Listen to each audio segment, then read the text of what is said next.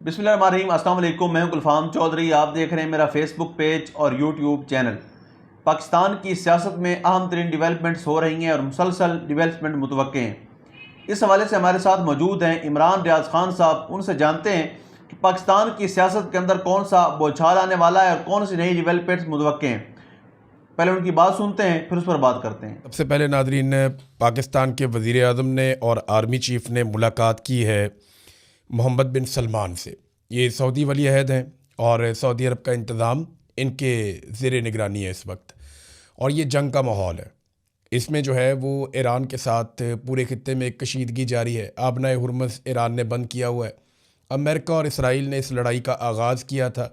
अरब ममालिक ने इसकी मुखालफत की थी, लेकिन जवाब में ईरान ने अरब ममालिक में मौजूद अमेरिकन एसेट्स के ऊपर अटैक कर दिया, जिससे अरब ममालिक को भी नुकसान हुआ और अमेरिका को तो बहुत भारी नुकसान हुआ, उसकी क्रेडिबिलिटी भी गई।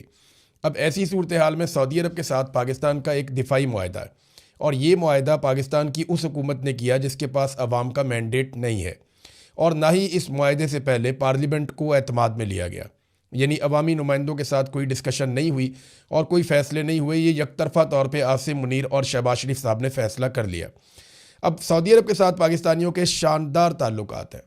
पाकिस्तानी सऊदी अरब से बहुत प्यार करते हैं, लेकिन पाकिस्तानी ईरान से भी प्यार करते हैं, और पाकिस्तानी इन दोनों के बीच में लड़ाई चाहते ही नहीं है। अब जो तासुर बन रहा है, इससे पहले कि मैं आपको वो बताऊं, पहले ये देख लें कि जो खबर चलवाई गई पाकिस्तान के मीडिया पर और जानबूझकर खबर चलवाई गई, वो खबर क्या है, यानी जिस तरीके से इस खबर को पोर्ट्रे किया गया वो ज़्यादा इम्पॉर्टेंट है। यानी ये जो सिक्योरिटी ज़राए हैं या पाकिस्तान की इस्टेब्लिशमेंट है, उन्होंने कुछ तस्वीर को लेकर कुछ खबर जारी की है मीडिया को कि आप इसको फैलाएं सोशल मीडिया पे और मीडिया पे, कि आसिम मुनीर साहब वहाँ क्या कर रहे थे। शहबाज शरीफ तो ना 3 में ना 13 में। तो शहबाज शरीफ मोहम्मद बिन सलमान के साथ बैठे थे। आसिम मुनीर को लंबे अरसे के बाद मोहम्मद बिन सलमान से मिलने का मौका मिल गया। तो जो टॉप ब्रेकिंग चलाई जा रही है वो ये है कि वज़ीर आज़म पाकिस्तान और फील्ड मार्शल सैयद आसिम मुनीर और चीफ़ ऑफ डिफेंस फोर्सेस भी वही हैं, फील्ड मार्शल भी वही हैं, सऊदी वली अहद से उनकी मुलाकात हुई है। और ये जो गुज़िश्ता रोज़ मुलाकात हुई है, इसके हवाले से कुछ तस्वीर जारी की गई हैं। फील्ड मार्शल आसिम मुनीर को अफवाज पाकिस्तान के कॉम्बैट ड्रेस, यानी जो लिबास उन्होंने ज़ेब तन किया हुआ था वो जंगी लिबास है, उसमें देखा गया, जो इंतहाई गैर मामूली अहमियत का हामिल है। ये जुमले याद रखिएगा, ये फ़ौज के बनाए हुए जुमले हैं, क्योंकि मैं उनके सिस्टम को समझता हूँ। अब बेशुमार प्रेस रिलीज आती थी तो ये उस तरह का है। इसका ये जो सहाफ़ी, जो लोग ये ट्वीट कर रहे हैं, ये उनकी काबिलियत नहीं है या उनका अंदाज़ भी नहीं है। तो उसमें यह कि अमूमी तौर पर बैरूनी दौरों के दौरान सिपा सालार जो है वो सेरेमोनियल लिबास ज़ेब तन करते हैं, यानी जो अमूमी एक लिबास होता है वो पहनते हैं।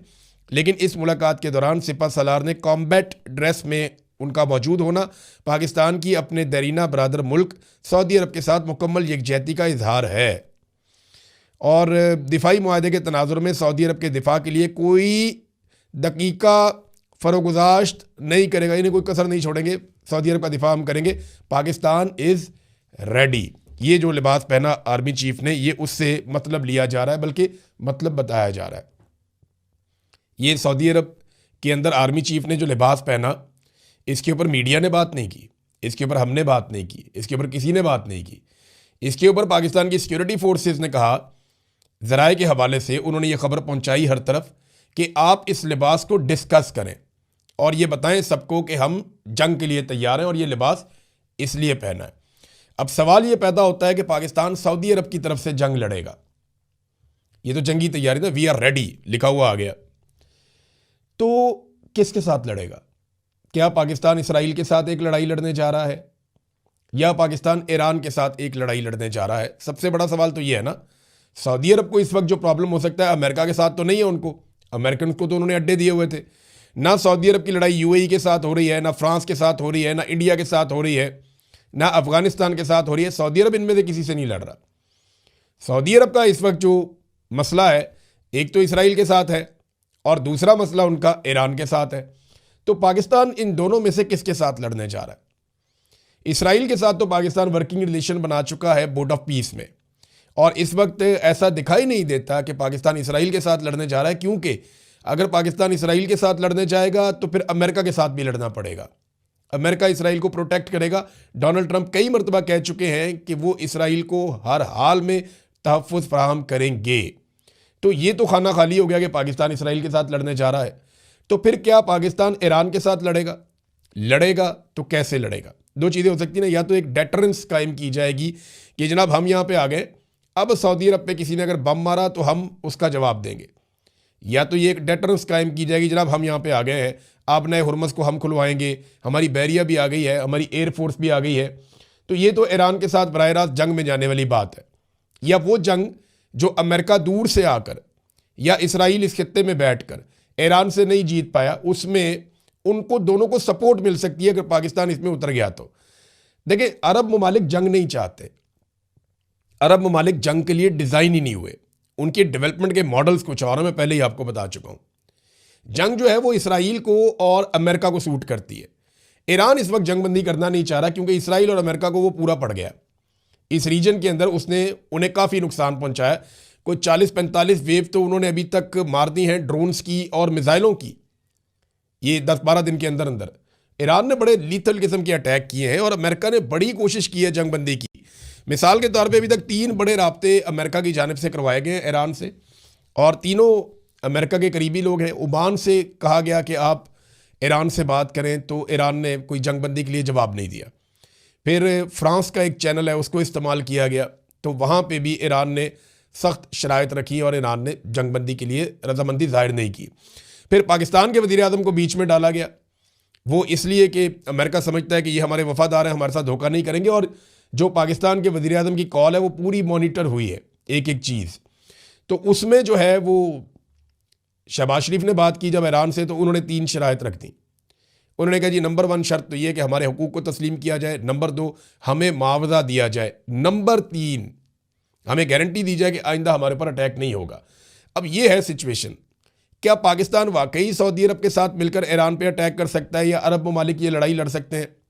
पाकिस्तान को इसमें फ़ायदा क्या होगा, नुकसान क्या होगा? देखिए, फौरी तौर पे तो फ़ायदा होगा, पाकिस्तान को पैसे मिल जाएंगे, फील्ड मार्शल की अहमियत और बढ़ जाएगी डोनाल्ड ट्रंप की नज़र में। इमरान खान को मज़ीद जेल में रखने के लिए और पाकिस्तान तहरीक इंसाफ को दबाने के लिए भी उनको पाकिस्तान में काफ़ी सहूलत मिल जाएगी। इंटरनेशनली इनके ऊपर जो उंगलियां उठती हैं वो उठना काफ़ी हद तक बंद हो जाएंगी, थोड़ा पैसा वैसा भी मिल जाएगा, IMF भी रिलीफ दे देगा, ये आर्जी तौर पे इनको चीज़ें मिल जाएंगी। लेकिन ईरान के साथ टकराव के नतीजे में अपनी एक मुकम्मल सरहद हमेशा के लिए हम ख़तरे में डाल लेंगे। देखें ना, जो अफ़गान सरहद है वो हमने ख़तरे में डाल ली है।